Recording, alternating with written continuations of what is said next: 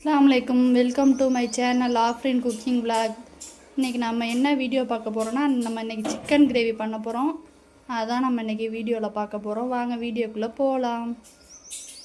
Chicken கிரேவிக்குள்ளே ingredients என்னென்னு பார்த்துடலாம். வெங்காயம் 4, தக்காளி 2, மல்லித்தலை, சிக்கன் 65 மசாலா 10 ரூபாயில் உள்ளது. அரை கிலோவுக்கு வந்து ஒரு பாக்கெட் போடணும், 1 கிலோவுக்கு வந்து 2 பாக்கெட் போடணும். கேசரி பவுடர், மஞ்சத்தூள், இஞ்சி பூண்டு, உப்பு. இதான் நம்ம இன்றைக்கி செய்யக்கூடிய கிரேவிக்கான இன்க்ரீடியன்ட்ஸ். அடுப்பை பற்ற வச்சுக்கலாம்.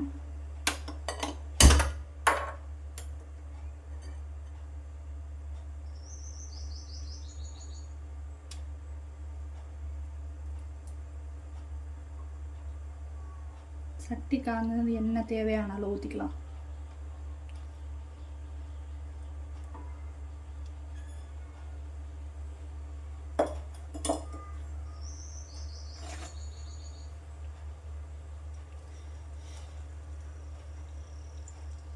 எண்ணெய் நல்லா சூடு வந்தோன்னா நம்ம வெங்காயத்தை போட்டுக்கலாம்.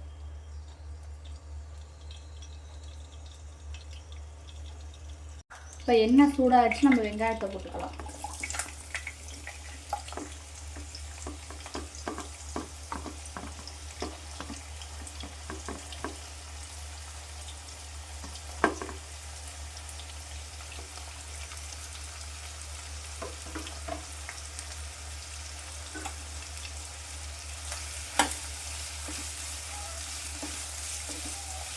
வெங்காயத்தை போட்டு நல்லா இது செவந்து வரணும். நம்ம கொஞ்சம் உப்பு போட்டுக்கலாம். இப்போ நம்ம வெங்காயம் வேகிறதுக்காண்டி கொஞ்சம் உப்பு போட்டுக்கலாம். அப்போ தான் சீக்கிரம் வெங்காயம் வந்து வேகும். இப்போ நம்மளுக்கு வெங்காயம் நல்லா வதங்கிடுச்சு. இப்போ நம்ம தக்காளி போட்டுக்கலாம்.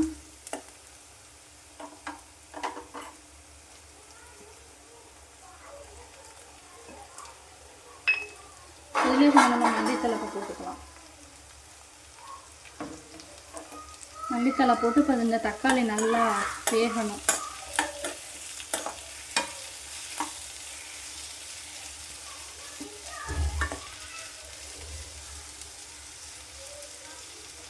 இப்போ வெங்காயம் தக்காளி நல்லா வெந்து வந்துடுச்சு. இப்போ நம்ம வந்து கோழிக்கறியை சேர்த்துக்கலாம்.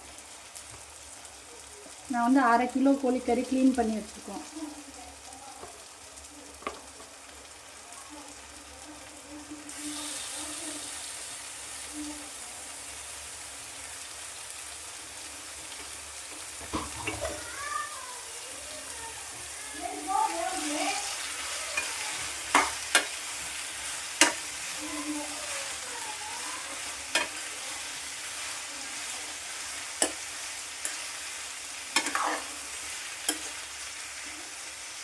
இப்போ இது கொஞ்சம் நேரம் வேகட்டும். இப்போ வந்து இதில் வந்து நம்ம 2 டீஸ்பூன் இஞ்சி பூண்டு போட்டுக்கலாம்.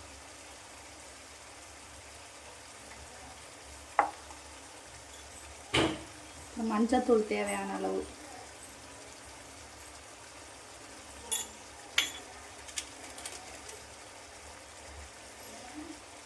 அப்புறம் ஆச்சி சிக்கன் மசாலா அரை கிலோவுக்கு வந்து இந்த ஒரு பாக்கெட் போடணும், 1 கிலோவுக்கு வந்து இதில் 2 பாக்கெட் போடணும்.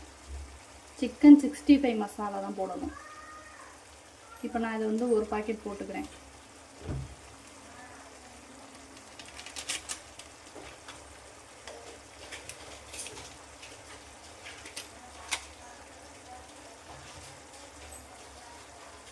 லைட்டாக கேசரி பவுடர் போட்டுக்கலாம், சும்மா கலருக்காண்டி லைட்டாக. இதில் மிளகாத்தூள் வேணாலும் போட்டுக்கலாம். நாங்கள் மிளகாத்தூள் இதில் சேர்க்க மாட்டோம். ஏன்னா நாங்கள் உரப்பு ரொம்ப அதிகமாக சாப்பிட மாட்டோம். அதனால் எங்களுக்கு வந்து இந்த மசாலாவில் உள்ள உரப்பே போதும். உங்களுக்கு வேணால் நீங்கள் தேவையான அளவு மிளகாத்தூள் போட்டுக்கலாம். நான் வந்து இப்போ இதில் மிளகாத்தூள்லாம் போடல, சிக்கன் 65 தூள் மட்டும் போட்டிருக்கேன். இதை போட்டு நம்ம நல்லா கிண்டி விட்டுக்கலாம்.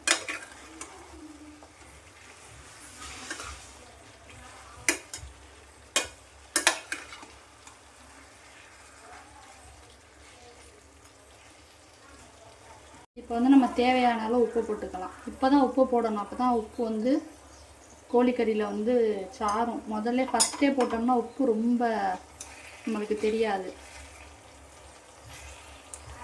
இப்போ நம்ம தேவையான அளவு கொஞ்சம் தண்ணி ஊற்றி, இல்லை தண்ணி இருக்கும் கோழிக்கறியில், நம்ம கொஞ்சமாக தண்ணி ஊற்றினா போதும். கொஞ்சமாக தண்ணி ஊற்றிட்டு நம்ம இதை ஒரு பிரட்டிட்டு